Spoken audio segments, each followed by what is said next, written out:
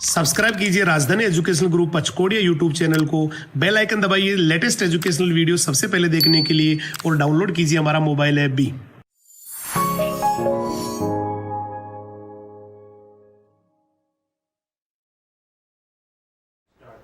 जय हिंद, जय राजधानी। कैसे हैं आप सभी? मैं हेमंत कुमार सिंह आप सभी का बायोलॉजी मेंटर एक बार फिर से हमारे यूट्यूब चैनल राजधानी एजुकेशनल ग्रुप पर आपका बहुत हार्दिक स्वागत करता हूं। सो बेसिकली हम आज क्या पढ़ने वाले हैं, हमारा जो टॉपिक है वो अगेन हम प्रीवियस लेक्चर में जो हमने प्लेटीहेल्मिन्थीज फाइलम के बारे में स्टडी किया था उसी को आज मैं कंटिन्यू करने वाला हूँ। मैंने आपको प्रीवियस लेक्चर में क्या पढ़ा दिया, फर्स्ट ऑफ ऑल कुछ फ्यू सेकेंड्स के लिए हम ये डिस्कस कर लेते हैं कि मैंने आपको बेसिकली प्लेटीहेल्मिन्थीज के बारे में क्या क्या पढ़ा दिया है। मैंने आपको इसका कॉमन नेम क्या होता है ये बताया था, बेसिस ऑफ क्लासिफिकेशन भी बता रखा हूं मैं, लाइफ प्रोसेसेस के बारे में भी मैंने आपको डिटेल में बताया था। और इस पर्टिकुलर लेक्चर में उसी जो रेस्ट पार्ट है हमारा प्लेटीहेल्मिन्थीज का जो हमें पढ़ना है उसको हम कंटिन्यू करने वाले हैं। और जो वेरी फर्स्ट टॉपिक है आज के लाइव सेशन का वो क्या है, मैं अब आपको बोलने वाला हूं कि जो हम पढ़ने वाले हैं वो है लार्वल स्टेज। क्या है? लार्वल स्टेज के बारे में पढ़ने वाले हैं। और प्लेटीहेल्मिन्थीज में लार्वल स्टेज पे ज्यादा चांसेस होते हैं कि एग्जाम में यहीं से क्वेश्चन उठ के आते हैं। क्यों?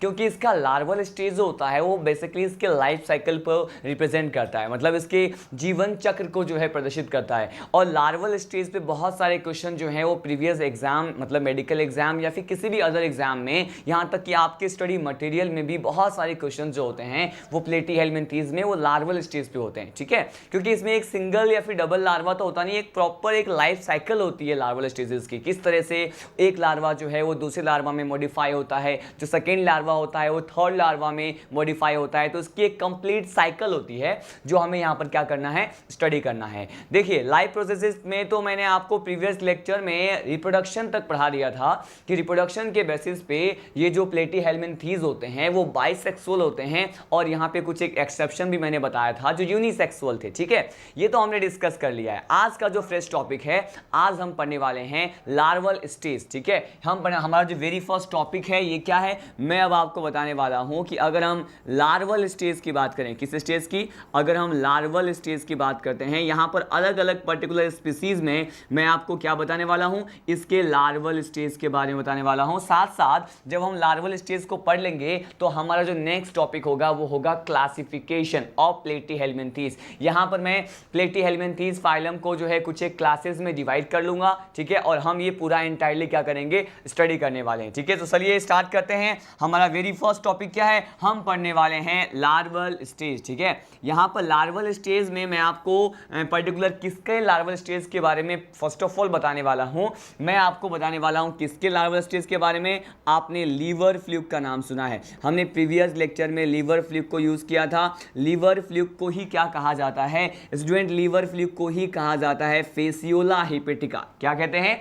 लीवर फ्लूक को फेसियोला हेपेटिका कहते हैं। तो इस टॉपिक में हम स्टार्ट करने वाले हैं इस पर्टिकुलर लाइव सेशन में कि ये जो लीवर फ्लूक होता है उसके लार्वल स्टेजेस कौन कौन से होते हैं। हम इन सभी लार्वल स्टेजेस को क्या करने वाले हैं, डिटेल में स्टडी करने वाले हैं। देखिए लीवर फ्लूक में जो लार्वल स्टेज होता है, लेकिन इससे पहले मैंने आपको बताया कि लीवर फ्लूक का ही नेम क्या है, मैंने कहा इसी को कहा जाता है फेसियोला हिपेटिका। बेसिकली फेसियोला हिपेटिका का कॉमन नेम लीवर फ्लूक होता है, ये आपको पता होना चाहिए। ठीक है, तो मैंने कहा कि ये जो फेसियोला हिपेटिका होता है इसके लार्वल स्टेजेस के बारे में मैं आपको बताने वाला हूं। वेरी फर्स्ट टॉपिक यही है अपना कि फेसियोला हिपेटिका जो है उसका लार्वल स्टेज क्या होता है। ठीक है, देखिए यहां पर ये जो हम पढ़ने वाले हैं कि यहां पर basically 5 larval stages which generally belong to the liver fluke as well as the fasciola hepatica. मैं आपको वेरी फर्स्ट ये बताने वाला हूं कितने स्टेजेस हैं, 5 स्टेज। कितने हैं? 5 स्टेजेस हैं। देखिए इस 5 स्टेजेस को हमें सीक्वेंस में ही लर्न करना है।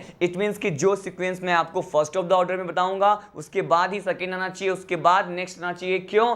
क्योंकि इनका जो कन्वर्जन का फॉर्म होता है, इनका मॉडिफिकेशन का जो फॉर्म होता है कि एक लार्वल स्टेज से कैसे नेक्स्ट लार्वल स्टेज बनते हैं, मैं आपको ये बताने वाला हूं। ठीक है, तो आपको इन सभी स्टेजेस को, इन सभी 5 stages of the larval stage को फेसियोला हिपेटिका में सिस्टमैटिक मैनर में ही क्या करना है, लर्न करना है। देखिए हम यहाँ पे फर्स्ट ऑफ ऑल कितने स्टेज की बात कर रहे हैं, मैं आपको यहाँ पर बताने वाला हूँ 5 स्टेज के बारे में। और ये स्टेजेस कौन कौन से होते हैं, देखिए जो हमारा जो वेरी फर्स्ट स्टेज होता है इसे हम कहते हैं एम से होता है। मैं पहले आपको एक ट्रिक बता दूं कि इस पर्टिकुलर ऑर्डर में आप याद कर पाएँ। मैंने कहा ट्रिक क्या है, अपना है ट्रिक, आपको ये याद करना है MSRCM।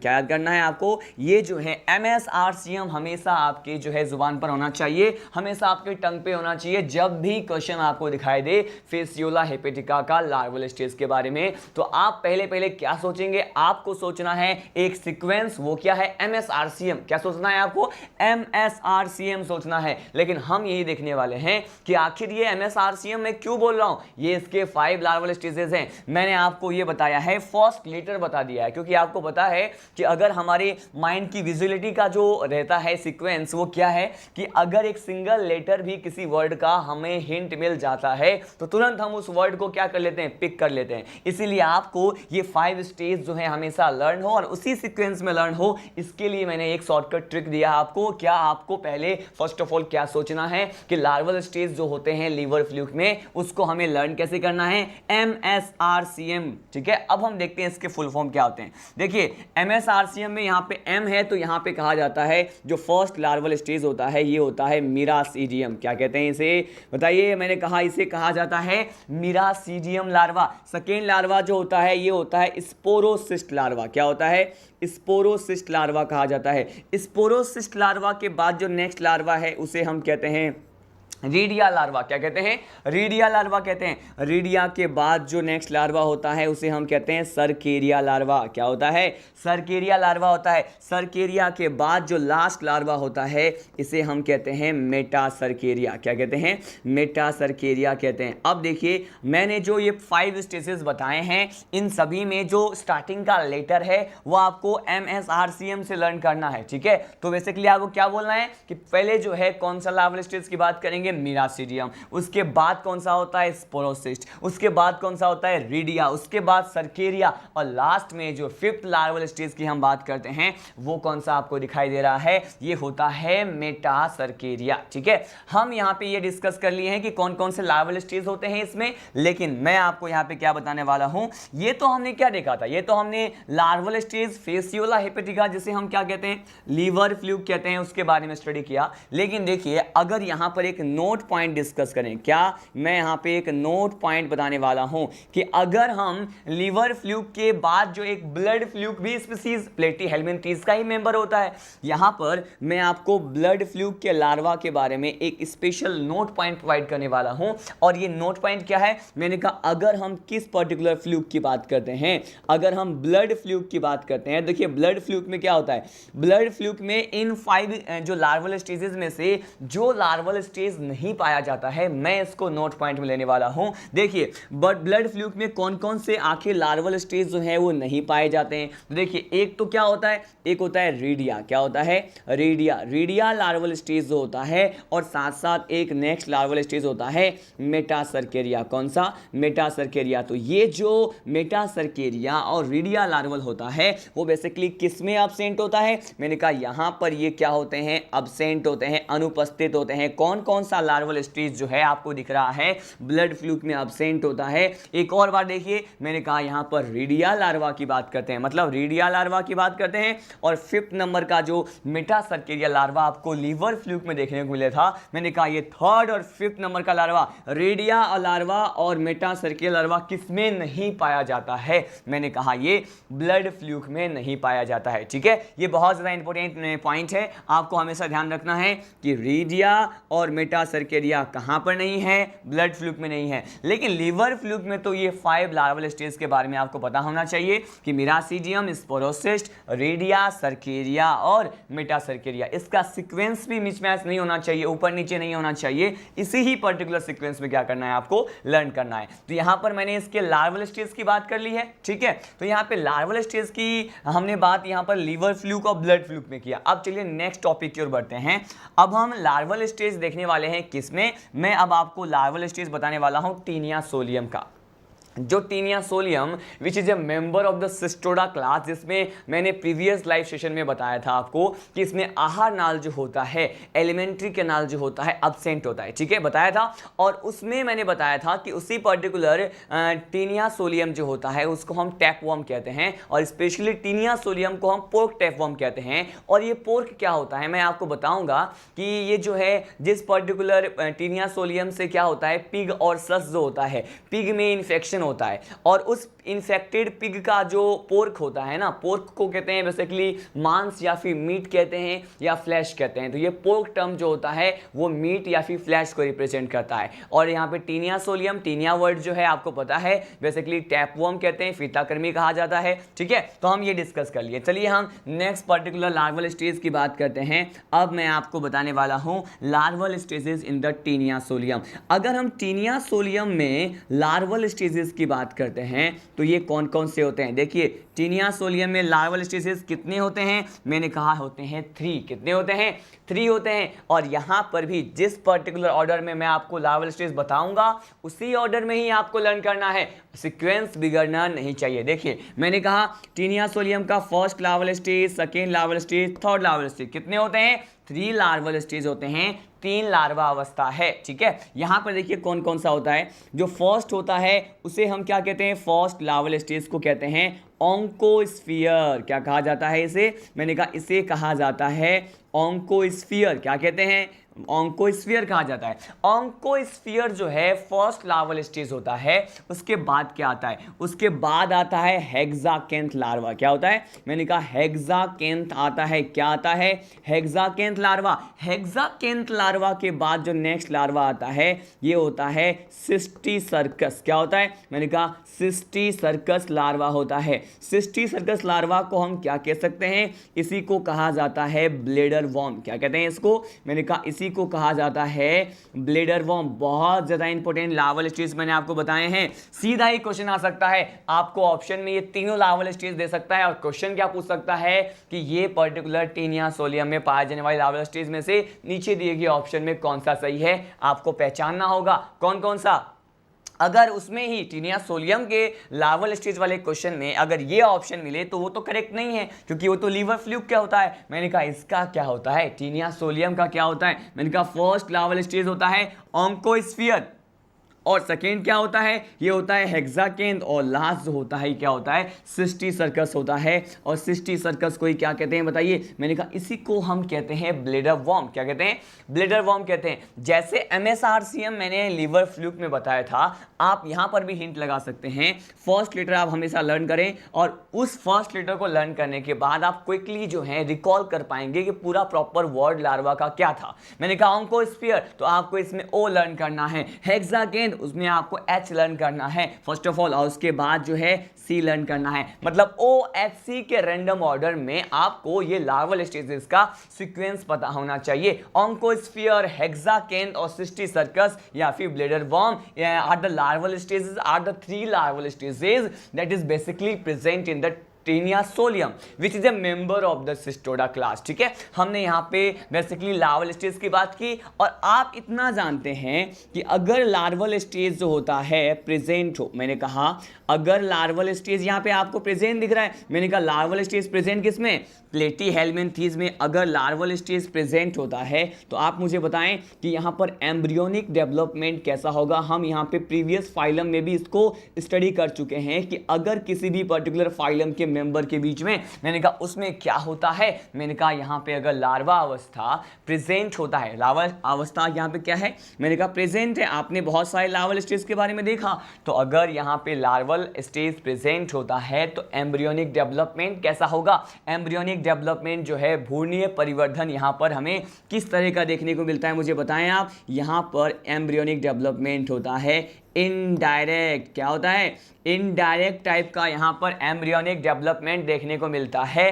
अप्रत्यक्ष जो है भ्रूणीय परिवर्धन यहाँ पर देखने को मिलता है। ये बहुत ज़्यादा इंपॉर्टेंट पॉइंट थे जो मैंने आपके साथ क्या किए, शेयर किए। आपको ये सभी larval stages on the finger tips learn होना चाहिए। ठीक है, अब सीधे हम आगे लीड करते हैं। अब जो हमारा नया टॉपिक है, now I am going to tell you about our next topic is the classification of the platyhelminthes. मतलब चपटे कृमि मतलब प्लेटीहेल्मिन्थीज संघ का वर्गीकरण हम पढ़ने वाले हैं। ठीक है, हमारा नेक्स्ट टॉपिक क्या है, हम यहाँ पे जो भी लाइफ प्रोसेसेस होते हैं प्लेटीहेल्मिन्थीज में उसको डिस्कस कर चुके हैं। अब मैं आपको क्या बताने वाला हूँ, हमारा नेक्स्ट टॉपिक है क्लासिफिकेशन। क्या है, ये है क्लासिफिकेशन। क्लासिफिकेशन में हम क्या क्या स्टडी करेंगे, हम यहाँ पे बेसिकली बहुत सारे क्लासेस पढ़ेंगे जो जनरली प्लेटीहेल्मिन्थीज में आते हैं। वन मोर थिंग मैं आपको बताना चाहूँगा कि ये सभी फैक्ट जो मैं आपको सिस्टमेटिक ऑर्डर में हर फाइलम में दे रहा हूँ, ये वो हर पॉसिबल इंफॉर्मेशन है जो आपको किसी भी बुक में देखने को मिलेगा, लेकिन इससे ज़्यादा नहीं मिलेगा। आप इन सभी चीज़ों को जो है एनसीईआरटी का कंटेंट न माने। एनसीईआरटी में मैक्सिमम जो है 4 to 5 लाइन गिवन होते हैं, कुछ एक एग्जाम्पल्स दिए होते हैं, कुछ एक डायग्राम दिए होते हैं, लेकिन यहाँ पर हम पर्टिकुलर 2 और मोर देन 3 जो है लेक्चर कंज्यूम करते हैं इन्हें सिंगल फाइलम को स्टडी करने में। ठीक है, इसीलिए ये सारे कैरेक्टर बहुत ज़्यादा इंपॉर्टेंट है और आपको इसी ही सीक्वेंस में लर्न करना है जैसे मैंने आपको सिखाया है। पहले आपको बेसिक पढ़ना है और उस बेसिक का इस्तेमाल हर फाइलम में करना है जैसे मैं कर रहा हूँ। ठीक है, अब हम सीधे लीड करते हैं, हमारा नेक्स्ट टॉपिक है क्लासिफिकेशन, वर्गीकरण। किसका पढ़ रहे हैं हम प्लेटीहेल्मिन्थीज का वर्गीकरण पढ़ रहे हैं। लेकिन आपको मैंने क्या बताया है, मैंने आपको अभी तक ये सिखाया हुआ है कि अगर क्लासिफिकेशन करते हैं तो क्लासिफिकेशन किस बेस पे किया जाए। यहाँ पे कुछ ना कुछ तो क्राइटेरिया आधार होना चाहिए जिसके बेसिस पे प्लेटीहेल्मिन्थीज के मेंबर को हम क्लासिफाई कर सकते हैं। तो देखिए यहाँ पर जो बेसिस ऑफ क्लासिफिकेशन होता है या फिर वर्गीकरण का जो आधार होता है वो क्या होता है, मैंने कहा क्लासिफिकेशन का आधार यहाँ पे क्या होता है, इसका आधार होता है हैबिटेट। क्या होता है, मैंने कहा यहाँ पर इसके मेंबर को हैबिटेट और हैबिटेट के साथ साथ मॉर्फोलॉजी। मॉर्फोलॉजी के बारे में आपने बहुत बार मेरे से सुना होगा। मैंने कहा मॉर्फोलॉजी क्या होता है, मॉर्फोलॉजी एक्सटर्नल कैरेक्टर होता है, एलिमेंट्री अपीयरेंस होता है कि बाहर से कोई भी ऑर्गेनिज्म कैसा दिखाई देता है। मैंने कहा इसके प्लेस ऑफ लिविंग, हैबिटेट और इसके मॉर्फोलॉजी के बेसिस पे हम इसको क्या कर सकते हैं, मैंने कहा हम इसको कितने क्लासेस में फर्दर क्लासिफाई कर सकते हैं। मैंने कहा यहाँ पर हम 3 क्लासेस की बात करेंगे। कितने क्लासेस की बात करेंगे, मैं यहाँ पर आपको 3 क्लास के बारे में बताऊंगा। 3 क्लास कौन कौन सा होता है, देखिए अगर हम फर्स्ट क्लास की बात करें तो जनरली ये फर्स्ट क्लास कौन सा होता है, मैंने कहा फर्स्ट क्लास जो हम पढ़ते हैं इसको कहते हैं टर्बिलेरिया। क्या कहा जाता है, इसे कहा जाता है टर्बिलेरिया। क्या कहते हैं बताइए, इसे टर्बिलेरिया कहते हैं। टर्बिलेरिया के बाद हम किसको स्टडी करते हैं, टर्बिलेरिया के बाद मैं आपको बताता हूँ ट्रिमेटोडा। क्या बताता हूँ, ट्रिमेटोडा के बारे में बताऊंगा। ट्रिमेटोडा के बाद क्या पढ़ते हैं, ट्रिमेटोडा के बाद जो है बेसिकली हमें पढ़ना होता है क्या, हम पढ़ते हैं ट्रिमेटोडा के बाद वो क्लास जिसके बारे में तो आपने बहुत बार पढ़ा हुआ है, सिस्टोडा क्लास। यहाँ पे कितने क्लास है बताइए, मैंने कहा यहाँ पर मैंने 3 क्लासेस लिए हैं। कौन कौन से हैं ये, आई रिपीट, फर्स्ट क्लास है हमारा टर्बिलेरिया, सेकेंड क्लास है ट्रिमेटोडा और थर्ड क्लास है सिस्टोडा। और वर्गीकरण का आधार बेसिकली वो क्राइटेरिया क्या था, बेस क्या था, मैंने कहा एक हैबिटेट था और सेकेंड क्या था, मैंने कहा मॉर्फोलॉजी था। अब देखिए फर्स्ट ऑफ ऑल हम किस पर्टिकुलर क्लास के बारे में स्टडी करने वाले हैं बताएं आप मुझे। मैंने कहा यहाँ पर first of all I am going to tell you about the first class which generally belong to the platyhelminthes. And what is it, मैंने कहा ये क्या है, ये टर्बिलेरिया है। यहाँ पर मैं आपको बताऊंगा कि कौन कौन से एग्जाम्पल, कौन कौन से जनरल कैरेक्टर्स जो आपको स्टडी करना होता है टर्बिलेरिया में वो बताऊंगा। इसके बाद हम फर्दर ट्रिमेटोडा डिस्कस करेंगे और उसके बाद हम सिस्टोडा को डिस्कस करेंगे। देखिए मैं आपको यहाँ पर ट्रिमेटोडा से पहले जो टर्बिलेरिया क्लास होता है, फर्स्ट क्लास जो होता है प्लेटीहेल्मिन्थीज का, वो मैं आपको बताने वाला हूं। देखिए अगर हम यहाँ पे फर्स्ट क्लास की बात करें तो आप मुझे एक बात बताएं कि टर्बिलेरिया जो जनरली होते हैं इसमें जो भी मेंबर्स आते हैं वो बेसिकली कैसे होते हैं। मैंने कहा इसमें जो भी मेंबर्स आते हैं वो कैसे होते हैं, यहाँ बता दूं मैं आपको, ये बेसिकली कैसे होते हैं, ये फ्री लिविंग होते हैं। क्या होते हैं, मैंने कहा ये फ्री लिविंग होते हैं, स्वतंत्र जीवी प्रकार के यहाँ पर आते हैं जो भी जीव, वो क्या होते हैं, टर्बिलेरिया के ही मेंबर होते हैं, उसी के सदस्य माने जाते हैं। ठीक है, मैंने कहा यहाँ पर ये फ्री लिविंग होते हैं। फ्री लिविंग के साथ साथ मैंने कहा यहाँ पर ये फ्री लिविंग होते हैं। यहाँ पर एक सिंगल एग्जांपल हमें स्टडी करना होता है, ये कौन सा है, आपने प्लेनेरिया का डायग्राम जो है प्रीवियस लाइव सेशन में देखा था। और ये जो प्लेनेरिया की बात करते हैं स्टूडेंट, तो मैंने कहा ये जो प्लेनेरिया है जिसे हम क्या कहते हैं, इसका कॉमन नेम क्या होता है, इसका कॉमन नेम ही होता है डुगेशिया। तो डुगेशिया और जो प्लेनेरिया है बेसिकली फ्री लिविंग होते हैं। हैं और कौन से क्लास में आते हैं बताएं आप मुझे। मैंने कहा टर्बिलेरिया क्लास में आते हैं। बहुत ज़्यादा इंपॉर्टेंट पॉइंट था, बस इसमें हमें इतना ही स्टडी करना है, इससे बाहर क्वेश्चन नहीं आएगा। क्यों? क्योंकि प्लेनेरिया के जो भी कैरेक्टर्स थे कि इसमें लोकोमोशन कैसे होता है, सीलिया से होता है, इसमें जो है लेडर लाइक सिस्टम जो है उसका डायग्राम हमने देखा था, ट्रांसवर्स फीचर के बारे में देखा था, ट्रांसवर्स नर्व के बारे में देखा था, लॉन्गिट्यूडनल नर्व जो है इसमें प्रेजेंट होते हैं, सेरिब्रल गैंग्लिया जो प्रेजेंट होते हैं, हम इन सभी पॉइंट को ऑलरेडी डिस्कस कर चुके हैं इन आवर प्रीवियस क्लासेस। ठीक है, तो मैंने यहाँ पर इतने ही कैरेक्टर्स जो हैं यहाँ पे टर्बिलेरिया के बारे में बताया हूँ। अब सीधे लीड करते हैं हम किस पर्टिकुलर क्लास की तरफ। यहाँ पर मैं आपको ट्रिमेटोडा क्लास जो है इसके पर्टिकुलर कैरेक्टर के बारे में बताने वाला हूँ। कौन सा क्लास है ये? मैंने कहा ट्रिमेटोडा। देखिए ट्रिमेटोडा में जो फर्स्ट कैरेक्टर आपको पढ़ना होता है, पहले मैं आपको ये बताऊंगा कि इसमें जो भी मेंबर आते हैं इसका कॉमन नेम क्या होता है। मैंने कहा इसका कॉमन नेम क्या होता है? इसका कॉमन नेम होता है फ्लूक। क्या होता है? मैंने कहा इसका कॉमन नेम होता है फ्लूक होता है। मतलब जो भी मेंबर आएंगे ट्रिमेटोडा में वो कैसे होते हैं? मैंने कहा उसका कॉमन नेम क्या होता है, सामान्य नाम क्या होता है। सामान्य नाम यहाँ पे होता है फ्लूक। क्या होता है? फ्लूक होता है। लेकिन मैंने आपको ये तो बताया कि इसका कॉमन नेम जो है वो फ्लूक होता है। यहाँ पर हम एग्जाम्पल डिस्कस करने जा रहे हैं कि आखिर कौन कौन से मेंबर आते हैं। आपको पता है, आपने अभी अभी स्टडी किया है, मैंने वहां पे कहा है कि लीवर फ्लूक, एक कहा है मैंने क्या, एक कहा है ब्लड फ्लूक। ठीक है, यही दो एग्जाम्पल इसमें हमें पढ़ना होता है। देखिए हम यहाँ पर एग्जाम्पल डिस्कस करते हैं कौन से क्लास का। मैंने कहा प्लेटी हेलमिंथीज का सेकेंड क्लास ट्रिमेटोडा का कॉमन नेम फ्लूक होता है। इसका फर्स्ट एग्जाम्पल हम डिस्कस करने वाले हैं। देखिए जो फर्स्ट एग्जाम्पल होता है ये हमने लिया यहाँ पर, क्या फर्स्ट एग्जाम्पल लिया? Blood fluke. क्या लिया है? Blood fluke. लेकिन ये ब्लड फ्लूक कॉमन नेम होता है, इसका स्पीसीज का नेम क्या है? स्पीसीज का जो नेम होता है वो होता है सिस्टोसोमा। क्या होता है? सिस्टोसोमा जो है एक मेंबर होता है ट्रिमेटोडा क्लास का, और सिस्टोसोमा जो है सिस्टोसोमा होता है। सिस्टोसोमा जो है इसका ही कॉमन नेम क्या होता है? ब्लड फ्लूक होता है। अब देखिए नेक्स्ट एग्जाम्पल लेते हैं। मैंने कहा नेक्स्ट एग्जाम्पल होता है फेसियोला हिपेटिका। फेसियोला हिपेटिका के लार्वल स्टेज के से ही मैंने इस लेक्चर को स्टार्ट किया था।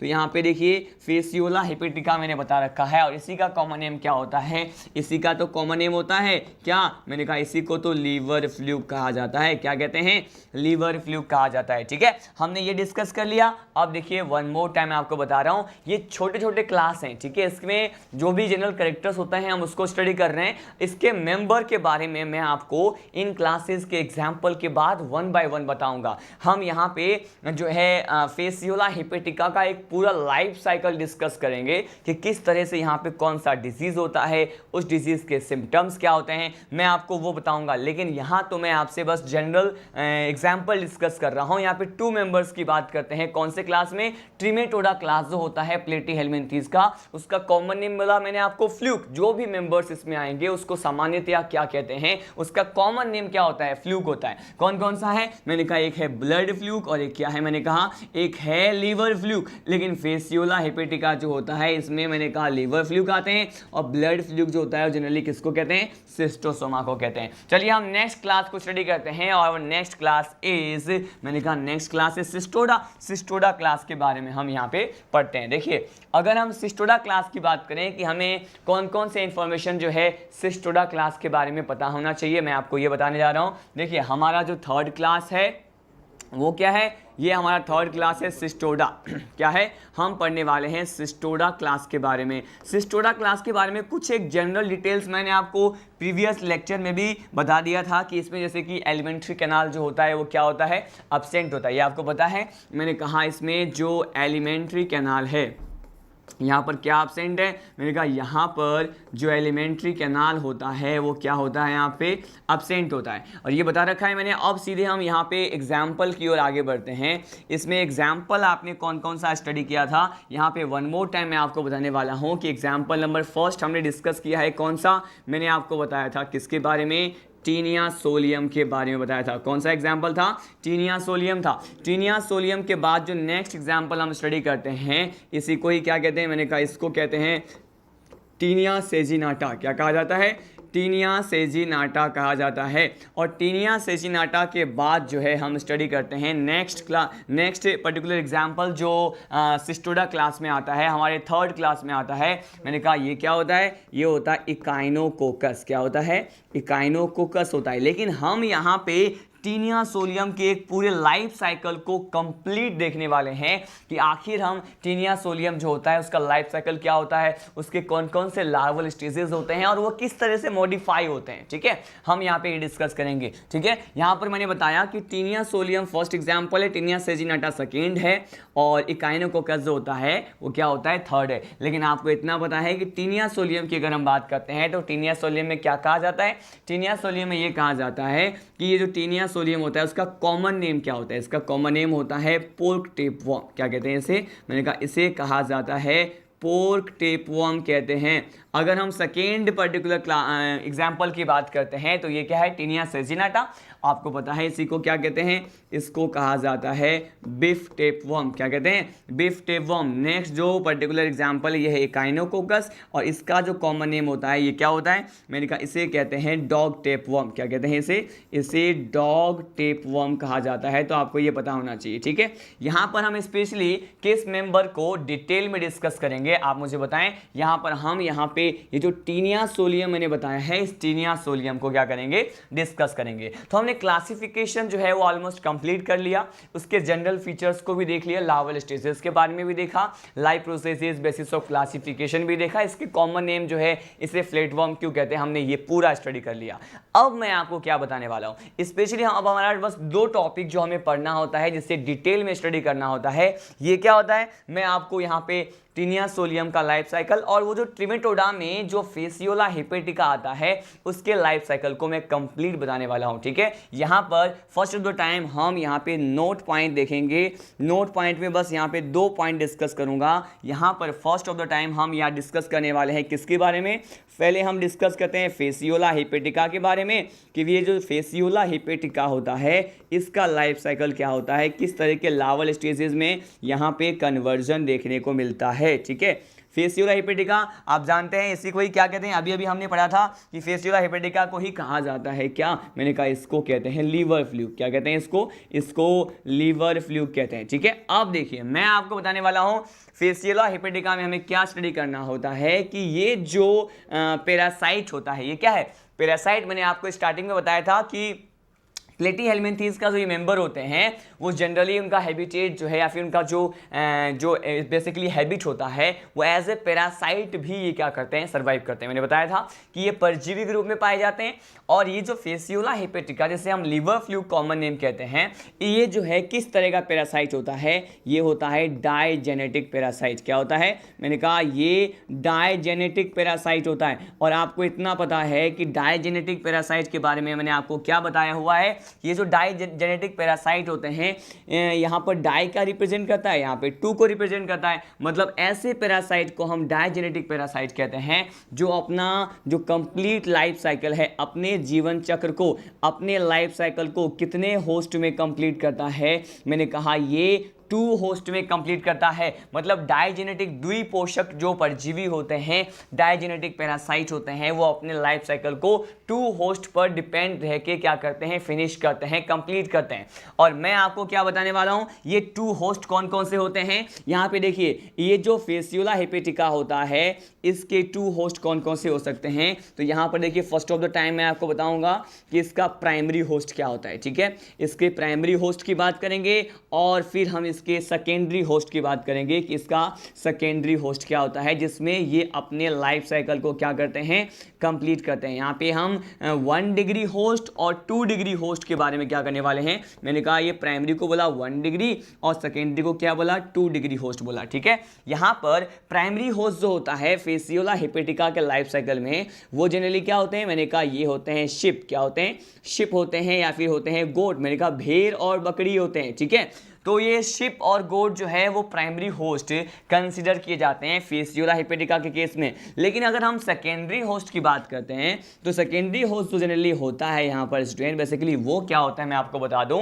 सेकेंडरी होस्ट यहाँ पे होता है क्या, मोलस्कन्स होते हैं। क्या होते हैं, मोलस्कन्स होते हैं। मोलस्कन्स किसे कहते हैं मैं आपको ये बताना चाहूँगा। आपने जो 1 to 12 फाइलम लर्न किए थे उसमें मैंने जो आर्थ्रोपोडा के बाद जो मैंने बताया था मोलस्का फाइलम, मोलस्का फाइलम के जितने भी मेंबर्स होते हैं उसे हम क्या कहते हैं, उसे मोलस्कन्स कहते हैं। ठीक है, यहाँ पर हम स्पेशली किसकी बात करेंगे, मैंने कहा कि फेसियोला हेपेटिका जो होता है उसका सेकेंडरी होस्ट क्या है, मोलस्कन्स है। मैंने कहा ये 2 डिग्री होस्ट मोलस्कन्स है, और मोलस्कन्स में भी हम किसकी बात करते हैं, मैंने कहा मोलस्कन्स में भी हम बात करते हैं किसकी, मैंने कहा यहाँ पर जो मोलस्कन होता है उसे हम कहते हैं स्नेल। स्नेल को आप जानते हैं क्या कहते हैं, घोंगा कहते हैं, तो यहाँ पे स्नेल होता है। और स्नेल में भी हम इसके 2 स्पीसीज की बात करेंगे जो यहाँ पे सेकेंडरी होस्ट होते हैं।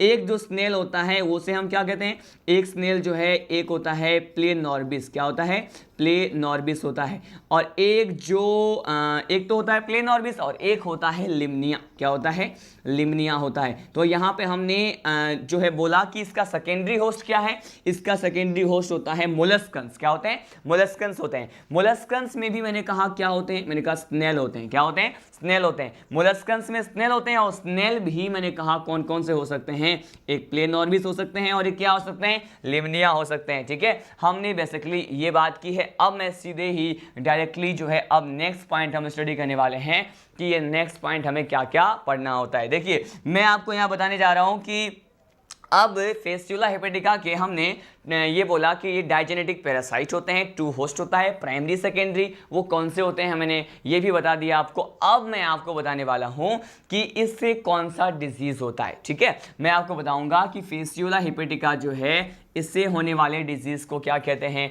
देखिए फेसियोला हेपेटिका से होने वाले डिजीज को क्या कहते हैं, बेसिकली इसको क्या कहते हैं, इससे सिप और गोट में क्या डिजीज देखने को मिलता है, कौन सा रोग होता है। यहाँ पर फेसियोला से एक डिजीज होता है, इसको कहते हैं लीवर रोट, क्या कहते हैं, इस डिजीज को जो कि फेसियोला हेपेटिका से होता है इसे लीवर रोट कहते हैं। लीवर रोट का मतलब होता है यकृत जो है उसमें सड़न होना, मतलब इसमें इन्फेक्टेड जो पर्टिकुलर पार्ट होता है सिप का और गोट का, प्राइमरी होस्ट का, वो क्या होता है, मैंने कहा वो लीवर होता है। यकृत में सड़न रोग हिंदी में बोला जाता है, इंग्लिश में बोला है मैंने क्या, इंग्लिश में बोला है लीवर रोट। अब मैं आपको बताऊंगा कि लीवर रोट जो होता है उसे ही आप क्या कहते हैं, इसे ही कहा जाता है, फेसियोला से हो रहा है डिजीज तो हम बोलेंगे फेसियोलिसिस, क्या बोलेंगे, फेसियोलिसिस।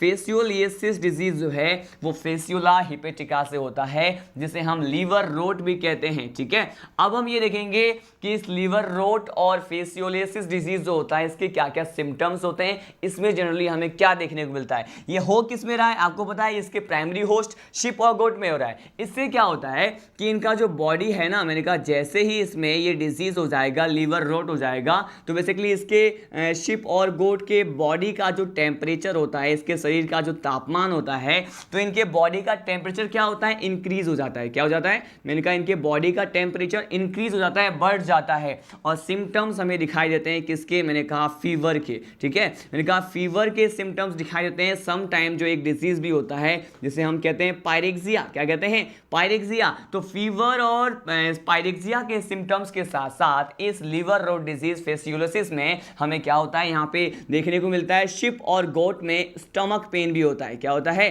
स्टमक पेन भी होता है। ये सब सारे सिम्टम्स बता रहा हूं। स्टमक पेन के साथ साथ यहाँ पे सम टाइम डायरिया डिजीज, जिसे आप क्या कहते हैं, जिसे अतिसार कहते हैं, ये भी इसमें देखने को मिलता है। मैंने आपको क्या बोला कि फेसियोला हेपेटिका से जो डिजीज हो रहा है उसे फेसियोलिसिस कहते हैं, इसी को यकृत में सड़न और लीवर रोट डिजीज कहते हैं। और इससे इसका पर्टिकुलर बॉडी का टेम्परेचर क्या हो जाएगा, हाई हो जाएगा, बहुत ज़्यादा बढ़ जाता है, इंक्रीज हो जाता है, जिससे उसमें जो है फीवर, पायरेक्सिया, स्टमक पेन और डायरिया जैसे जो है पर्टिकुलर डिजीज या फिर कॉम्प्लेक्स डिजीज एक साथ दिखाई देते हैं। ठीक है, अब मैंने आपको बोला कि ये सारे डिजीज हो किस में रहे हैं, इसके प्राइमरी होस्ट शिप और गोट में। इसीलिए अब शिप और गोट को क्या बोलेंगे, अब शिप और गोट जिसमें ये डिजीज हो गया है इसको कहा जाता है इन्फेक्टेड। क्या बोलते हैं इसको, मैंने कहा इसे कहा जाता है इन्फेक्टेड प्राइमरी होस्ट। क्या कहते हैं इसे, इन्फेक्टेड प्राइमरी होस्ट कहते हैं। इन्फेक्टेड प्राइमरी होस्ट या फिर इन्फेक्टेड शिप और गोट बोलेंगे। क्या बोलेंगे, इन्फेक्टेड शिप और गोट बोलेंगे। अब ये इन्फेक्टेड शिप और गोट जो होता है स्टूडेंट, बेसिकली इन्फेक्टेड या फिर संक्रमित भेड़ और बकरी से ही क्या होने वाला है, मैंने कहा यहाँ पर इन्फेक्टेड शिप से क्या होता है, अब हम उन 5 स्टेजेस जो मैंने आपको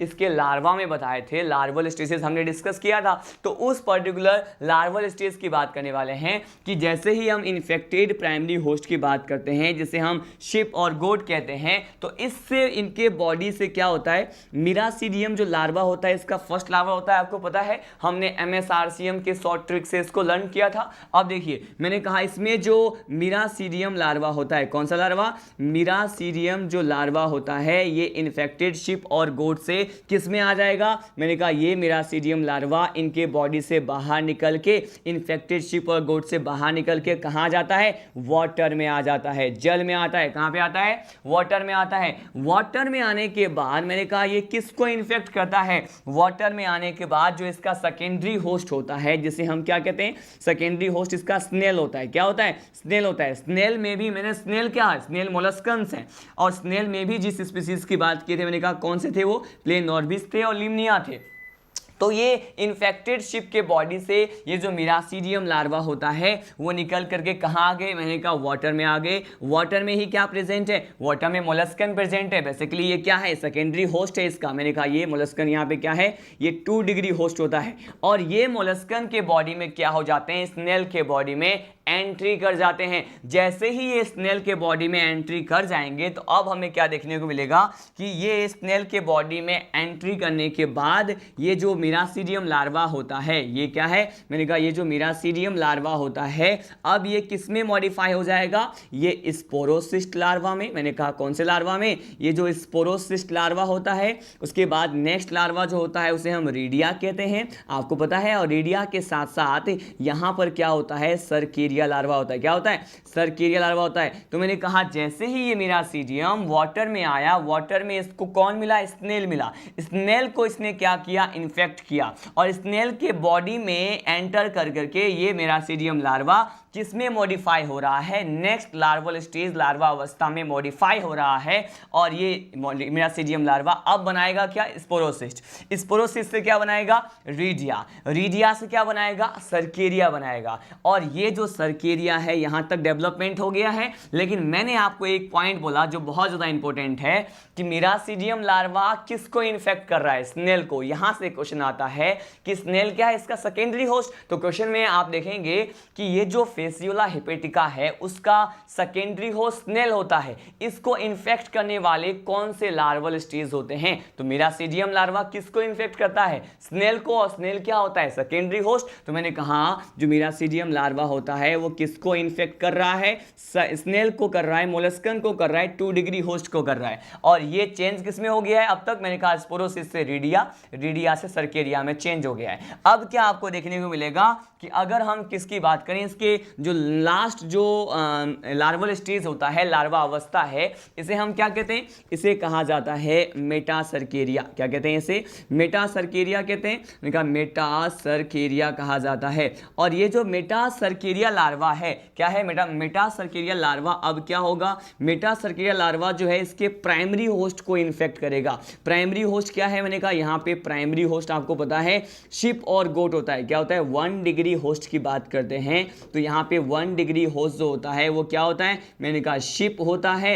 और क्या होता है, मैंने कहा गोट होता है, मतलब भेड़ और बकरी होते हैं। तो वहां पे वापस देखिए, अगर हम मिरासीडियम की बात करते हैं तो मिरासीडियम संक्रमण उत्पन्न करेगा, इंफेक्शन क्रिएट करेगा किसमें, इसके सेकेंडरी होस्ट जिसे हम स्नेल कहते हैं। लेकिन अगर हम मिरासीडियम की जगह अगर हम मेटाकर्केरिया या फिर मेटासर्केरिया लार्वा की बात करते हैं, वो किसको इन्फेक्ट करेगा, मैंने कहा ये जो है मेटासर्केरिया इन्फेक्ट करता है इसके प्राइमरी होस्ट को। और प्राइमरी होस्ट कौन सा होता है, शिप और गोट होता है। तो इन सभी लाइफ प्रोसेसेस में सबसे ज्यादा इंपॉर्टेंट रखने वाली बात है इन्फेक्शन कौन से लार्वा से किस पर्टिकुलर होस्ट में हो रहा है। अगर क्वेश्चन हो कि सेकेंडरी होस्ट में कौन से लार्वा से इन्फेक्शन होता है, आपका आंसर होगा मिरासीडियम।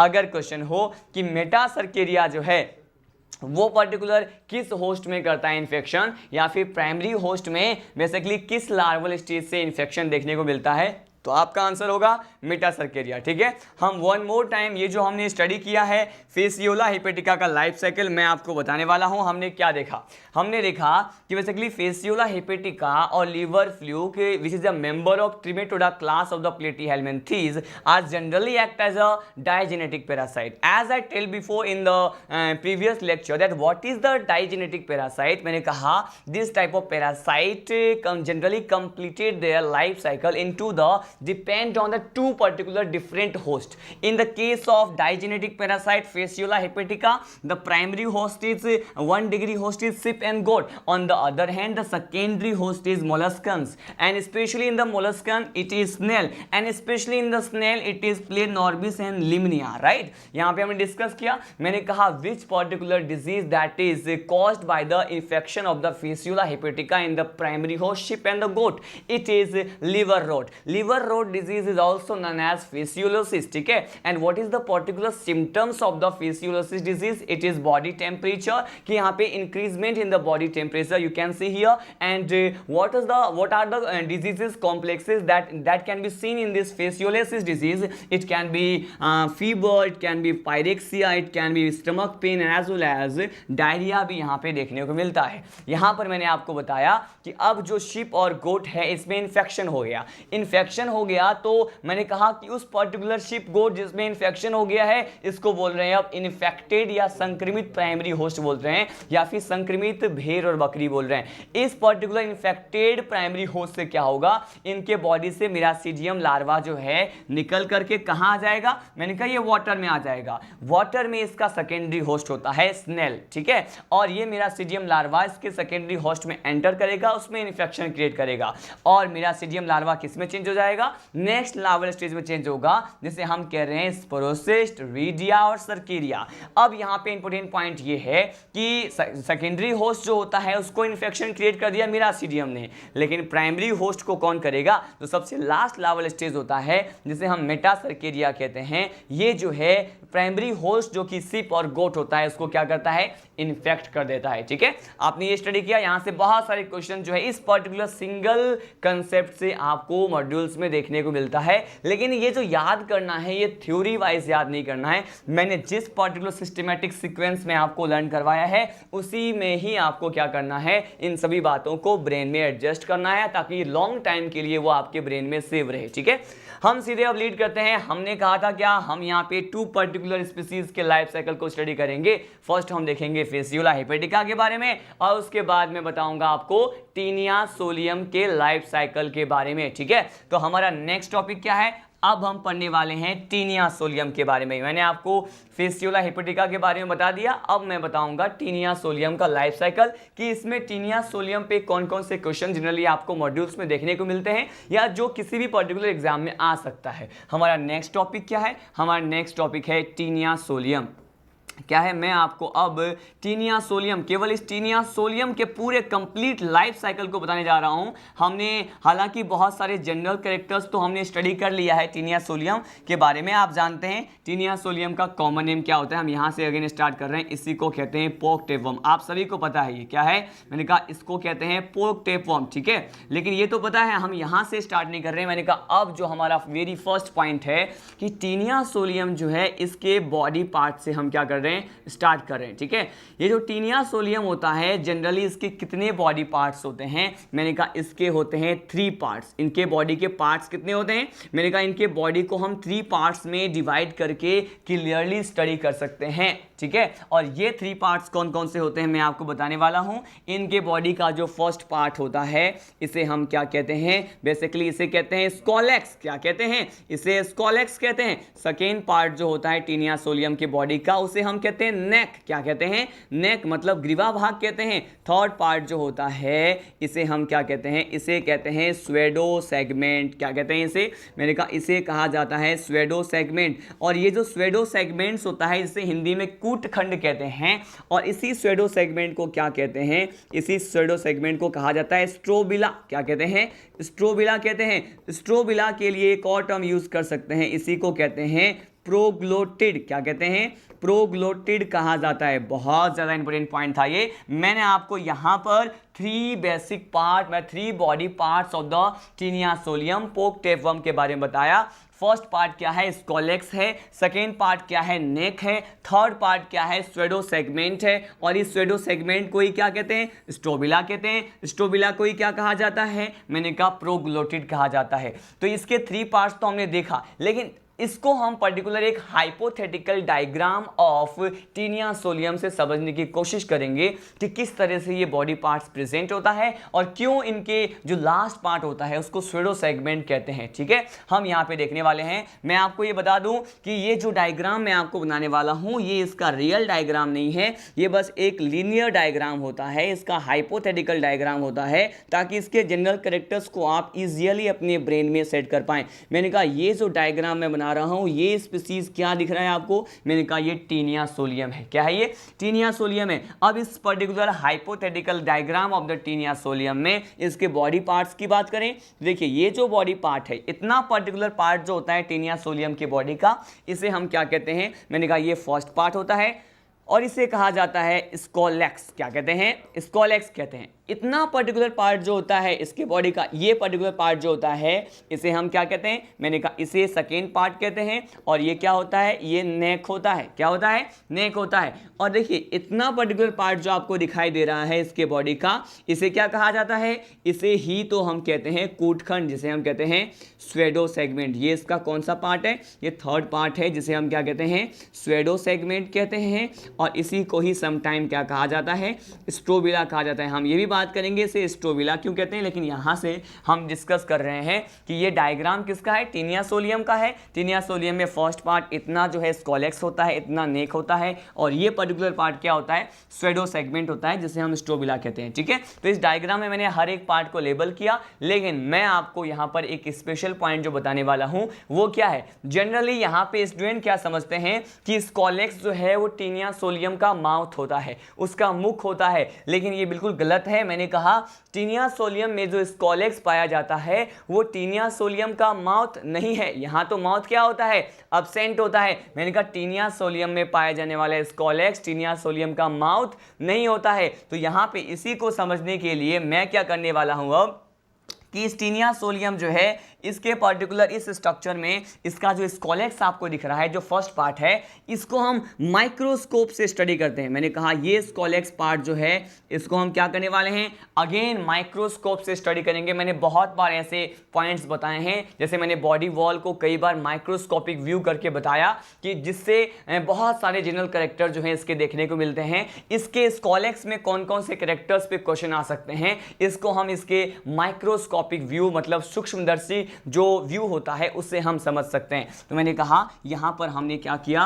इसके स्कोलेक्स वाले पार्ट को मैंने कहा बाय माइक्रोस्कोप हम क्या कर रहे हैं, देखते हैं। अगर बाय माइक्रोस्कोप हम देखते हैं तो इसमें हमें क्या दिखाई देगा, मैंने कहा ये है बेसिकली माइक्रोस्कोपिक व्यू जो मैं बनाने जा रहा हूं यहां पर। इसके माइक्रोस्कोपिक व्यू में हमें क्या दिखाई देगा, 2 पेयर्स ऑफ सकर्स मिलेंगे। मैंने कहा यहां पे क्या मिलेंगे, सकर्स के बारे में आपने सुना भी होगा, इसका हिंदी टर्म होता है चूसकांग, जो कि सक करने के लिए पर्टिकुलर काम आता है। फूड को सक कर सकते हैं या किसी अदर सब्सटेंस को सक कर सकते हैं। मैंने कहा ये जो 2 पेयर्स जो मिलते हैं यहां पर, उसको हम कैसे स्टडी करेंगे। मैंने कहा 2 पेयर्स मतलब यहां पे 2 जोड़े या फिर मैंने कहा 4 सकर मिलते हैं। और ये सकर कैसे होते हैं, ये देखिए इसके माइक्रोस्कोपिक व्यू में जो सकर हमें दिखाई देते हैं वो कुछ ऐसे होते हैं। कैसे होते हैं, मैंने कहा कुछ ऐसे होते हैं। ये इसका फर्स्ट सकर हो गया, ये जो है इसका सेकेंड सकर हो गया, ये इसका क्या हो गया, ये इसका थर्ड सकर हो गया, और ये इसका क्या हो गया,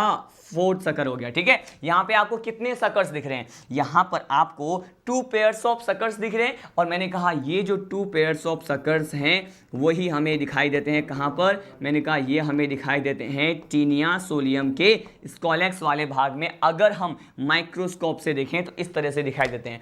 ये जो 2 पेयर्स ऑफ सकर्स मैंने बनाए हैं, जनरली इसमें हमें क्या क्या दिखाई देगा, एक एक करके सारे पॉइंट्स को मैं आपको बताने वाला हूं। देखिए मैंने कहा ये जो है इसका स्कॉलेक्स का माइक्रोस्कोपिक व्यू है और यहाँ पर हमें क्या दिखाई देता है कि इसका सेंटर पार्ट, केंद्र वाला जो भाग होता है, कुछ इस तरह से राउंडेड भाग होता है। क्या होता है? इसके केंद्र वाले भाग को राउंडेड भाग कहते हैं, या फिर ये जो है बेसिकली गोलाकार भाग होता है। और इस पर्टिकुलर गोलाकार भाग को क्या कहते हैं? रोस्टेलम। क्या कहते हैं? रोस्टेलम कहते हैं। लेकिन उससे पहले मैं बता रहा हूं कि ये जो हमने यहां पर बनाए हैं ना, क्या यहां पर हमने जो बनाया है ये 2 पेयर्स सकर है। ये क्या है? मैंने कहा यहां पर ये 2 पेयर्स ऑफ सकर्स होते हैं। क्या होते हैं? सकर्स होते हैं।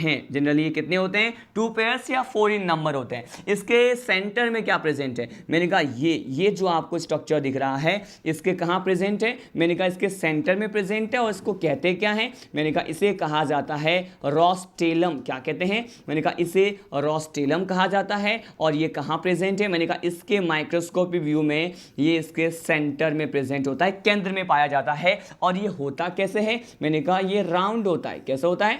ये राउंड होता है, मतलब गोलाकार होता है। ठीक है, हमने ये स्टडी किया। लेकिन इसके रोस्टेलम के बाहर भी कुछ स्पेशल स्ट्रक्चर प्रेजेंट होते हैं। मैंने कहा इसके रोस्टेलम के बाहर क्या प्रेजेंट होगा? ये इस तरह से, मैंने कहा इस तरह से जो है कुछ एक हुक्स लाइक स्ट्रक्चर प्रेजेंट होते हैं, जो बहुत ज़्यादा इंपॉर्टेंट है। मैं ये जो बना रहा हूं ना, ये क्या है? इसके पर्टिकुलर जो माइक्रोस्कोपिक व्यू में जो हमने स्कॉलेक्स लिया है, यहाँ पर रोस्टेलम तो है केंद्र वाले भाग में, लेकिन रोस्टेलम के चारों तरफ क्या पाया जाता है? इस तरह से इसमें हुक्स लाइक स्ट्रक्चर प्रेजेंट होते हैं। ठीक है, और इस हुक को क्या कहते हैं? मैंने कहा ये हुक जो है वो क्या कहलाता है?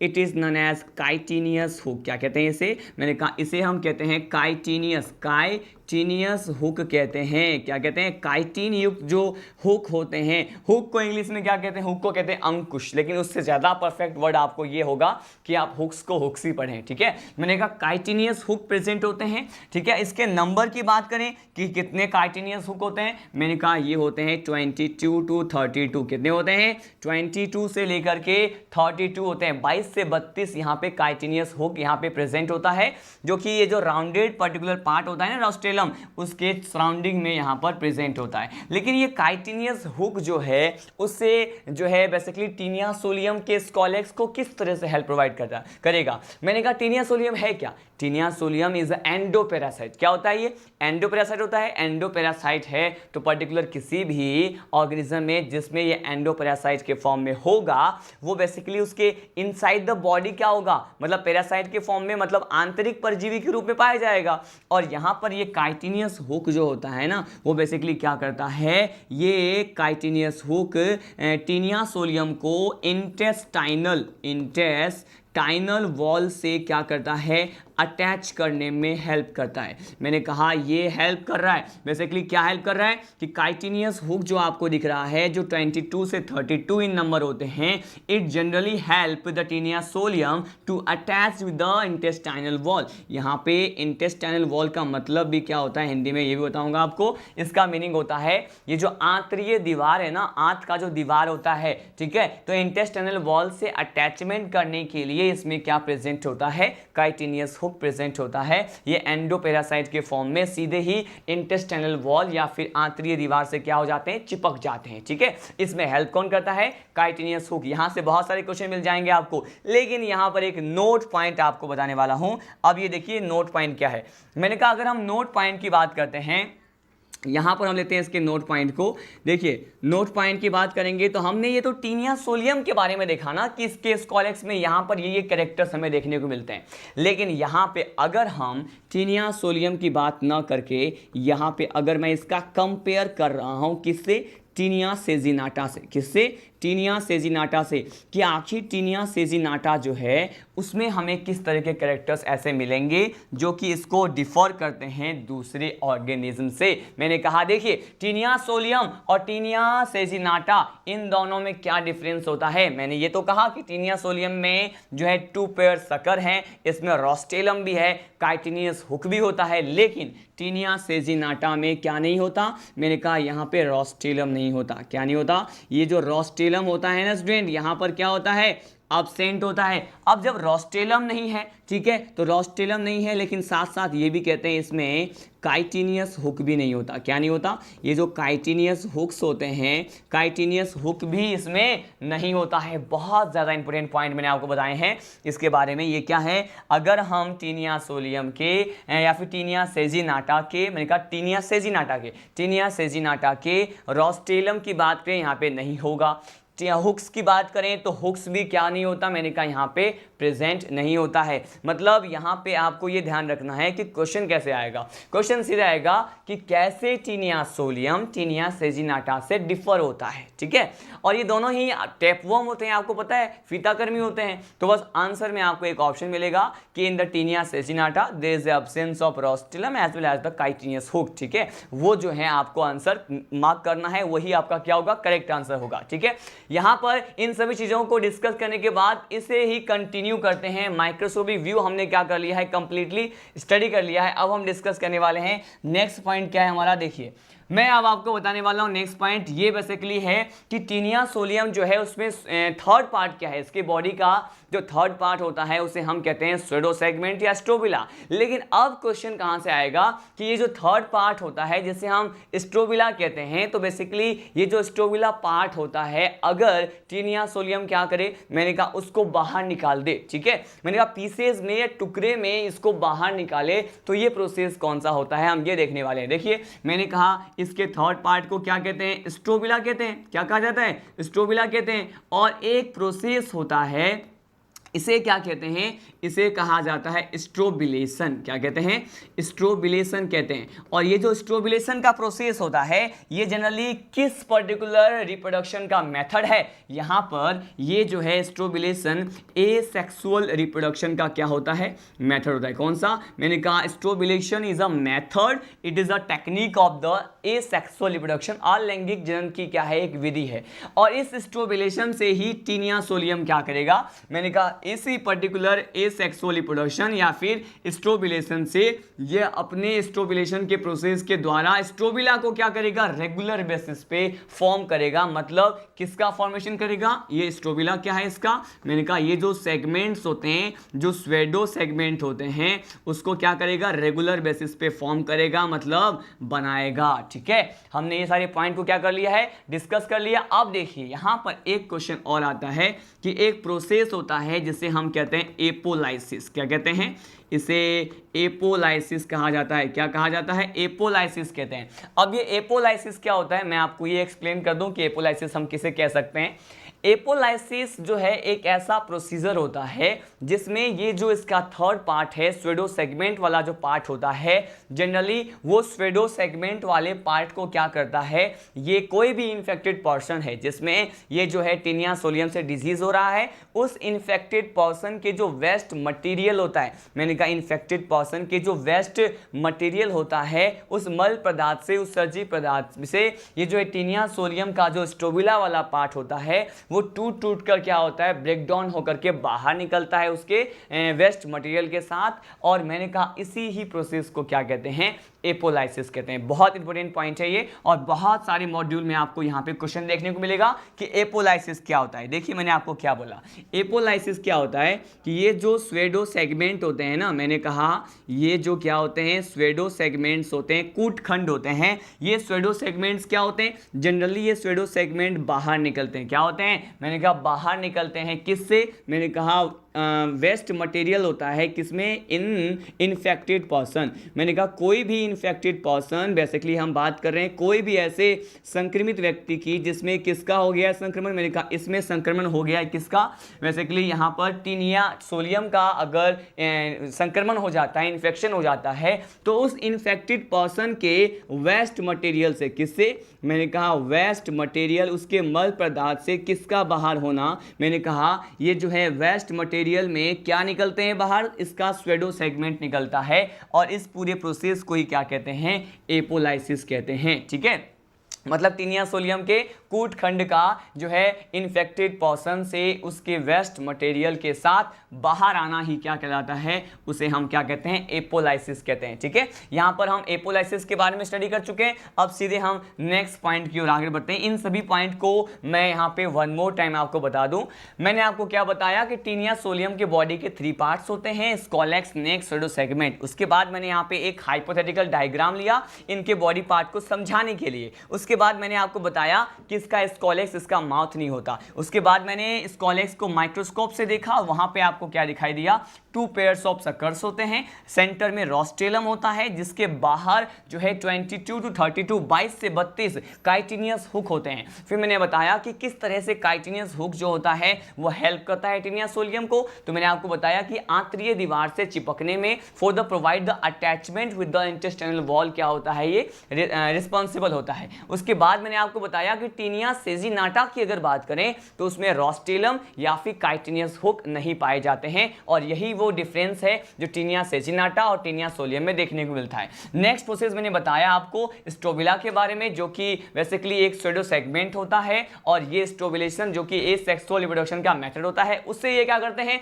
स्ट्रोबिला को जो है पार्ट में डिवाइड करते रहते हैं। नेक्स्ट और लास्ट प्रोसेस मैंने आपको बताया एपोलाइसिस के बारे में कि अगर किसी भी इन्फेक्टेड पर्सन के मल पदार्थ के साथ, वेस्ट मटेरियल के साथ किसका बाहर आना, मैंने कहा स्यूडो सेगमेंट का बाहर आना ही क्या कहलाता है, एपोलाइसिस कहलाता है। चलिए हम टीनिया सोलियम के बारे में ही, इसी के लाइफ साइकिल के बारे में कुछ और बात हम डिस्कस करें जो यहाँ पे पढ़ना बहुत जरूरी होता है। यहाँ पे टीनिया सोलियम को ही क्या कर रहा हूँ, कंटिन्यू कर रहा हूँ, और इसी में ही मैं आपको बताने वाला हूँ नोट पॉइंट। कौन सा पॉइंट, मैंने कहा नोट पॉइंट बताने वाला हूँ, और ये नोट पॉइंट जो है वो बहुत ज्यादा इंपॉर्टेंट है। मैंने कहा कि अगर हम किसकी बात कर रहे हैं, मैंने कहा अगर हम यहाँ पे टीनिया सोलियम ले, यहाँ पर कुछ एक कंसेप्ट दे रहा हूँ चार्ट में आपको, इसे हम क्या करें, समझें। तो मैंने कहा बेसिकली ये जो टीनिया सोलियम है, बेसिकली टीनिया सोलियम में क्या होता है, टीनिया सोलियम में मैंने कहा कुछ एक जो सेगमेंट होते हैं, मैंने कहा ये बहुत सारे सेगमेंट में डिवाइड होता रहता है एपोलाइसिस के प्रोसेस के द्वारा। ठीक है, तो मैंने कहा इसके सेगमेंट जो है बहुत सारे हैं,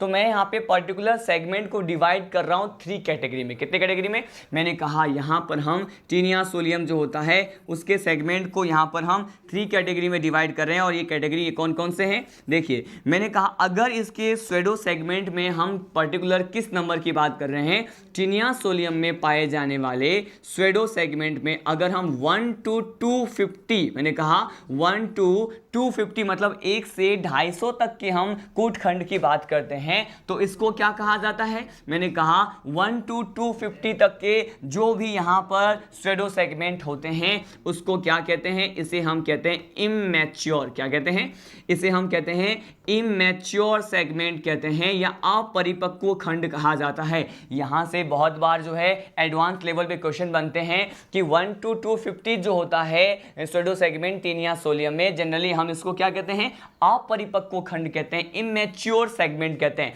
इमैच्योर सेगमेंट क्यों कहा जाता है, क्योंकि यहां पे जनरली हमें क्या देखने को मिलेगा, यहां पे हमें देखने को मिलेगा क्या, कि ये बेसिकली जो इमैच्योर सेगमेंट होते हैं, अपरिपक्व खंड होते हैं, यहां पर केवल नर जननांग पाए जाते हैं, मतलब यहां पे केवल क्या होता है, मेल सेक्स ऑर्गन क्या होता है, प्रेजेंट होता है। इस इमैच्योर सेगमेंट में अगर केवल और केवल मेल सेक्स ऑर्गन प्रेजेंट होता है, इसीलिए हम इसे क्या कहते हैं, अपरिपक्व कहते हैं। लेकिन अब हम बात करते हैं इसके पर्टिकुलर नेक्स्ट स्यूडो सेगमेंट की तरफ। 1 से 250 तक हमने बात कर ली, इसको मैं इमैच्योर बोल दिया। अब हम बात करते हैं 251 से 650 तक। कितने, मैंने कहा अगर हम 251 से 650 251 से 650वें वाले हम कूटखंड की बात करते हैं, तो इस तरह के स्यूडो सेगमेंट को क्या कहते हैं, इसको कहते हैं मैच्योर सेगमेंट। क्या कहते हैं, mature segment. Directly straight forward यहां से क्वेश्चन आएगा, इसी तरह से आपसे पूछ लेगा कि यहां पे टीनिया सोलियम में जो है 251 से 650, 251 से 650 तक किस प्रकार के सेगमेंट होते हैं, आपका आंसर होगा परिपक्व। कौन सा, मैच्योर सेगमेंट। अच्छा, मैच्योर सेगमेंट क्यों बोला, हमने इमैच्योर तब कहा था जब केवल क्या प्रेजेंट हो, मैंने कहा यहां पे केवल मेल सेक्स ऑर्गन प्रेजेंट हो, और यहां पे मैच्योर तब बोलेंगे जब यहां पे मेल सेक्स ऑर्गन के साथ साथ क्या प्रेजेंट होगा, मैंने कहा यहां पे मेल सेक्स ऑर्गन भी प्रेजेंट होता है, और इसके साथ साथ यहां पर क्या प्रेजेंट होता है, मैंने कहा यहां पे फीमेल सेक्स ऑर्गन भी क्या होता है, प्रेजेंट होता है। हम यहां पे टीनिया सोलियम में जो थर्ड पार्ट है स्यूडो सेगमेंट की बात कर रहे हैं, और स्यूडो सेगमेंट में मैंने आपको फर्स्ट ऑफ मैंने बताया कि यहाँ पे स्यूडो सेगमेंट में इमेच्योर सेगमेंट किसको बोला, जिसमें केवल मेल सेक्स ऑर्गन है। और यहाँ पे 251 से 650 तक जो है सेगमेंट को हम कहते हैं मैच्योर। इसमें मैच्योर क्यों बोला, क्योंकि यहाँ पे मेल सेक्स ऑर्गन भी होता है और फीमेल सेक्स ऑर्गन, मतलब नर जननांग भी होते हैं और मादा जननांग भी यहाँ पर पाए जाते हैं। अब लास्ट सेगमेंट की बात करते हैं कि आखिर 251 से 650 तक हमने सेकंड में बात की। हम अब बात करने वाले हैं लास्ट सेगमेंट, हम बात कर रहे हैं कि 651 के बाद क्या होगा।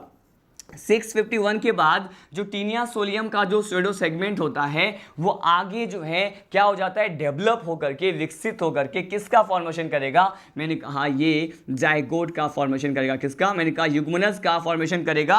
और ये जो इसका जाइगोट होता है, बेसिकली मैंने कहा कि इसके जाइगोट में क्या होता है, यहाँ पर ये ब्रांच्ड होते हैं। ये जाइगोट कैसे होते हैं, ये ब्रांच्ड होते हैं, मतलब शाखित प्रकार के युग्मनज पाए जाते हैं, ठीक है। और इसी शाखित प्रकार के युग्मनज से जैसे ही ये एपोलाइसिस के प्रक्रिया के द्वारा टीनिया सोलियम अपने कूटखंड को, स्यूडो सेगमेंट को अगर बाहर निकालेगा, तो जैसे ही यहां पर स्यूडो सेगमेंट बाहर निकलेगा तो इसका जो फर्स्ट लार्वल स्टेज होता है, मैंने 3 larval stage of the taenia solium को प्रीवियसली अभी डिस्कस किया कि वो कौन कौन से होते हैं। एक होता है ऑन्कोस्फीयर, एक होता है हेक्साकेंथ और लास्ट होता है सिस्टिसर्कस, ठीक है। यहां पर ये ब्रांच्ड जाइगोट से ये जो फर्स्ट लार्वल स्टेज होता है वो टूटकर जो है स्यूडो सेगमेंट के साथ बाहर निकल जाता है, एलिमिनेट हो जाता है। तो यहां पर हमने कहा कि जो फर्स्ट लार्वल स्टेज है उसे क्या कहते हैं, ऑन्कोस्फीयर कहते हैं। क्या कहते हैं, ऑन्कोस्फीयर कहते हैं। और यही ऑन्कोस्फीयर जो होता है वो बेसिकली किससे टूटकर बाहर निकल रहा है, जाइगोट ब्रांच्ड जो होता है, मतलब युग्मनज जो शाखित प्रकार का होता है उससे ये टूटकर बाहर निकल गया।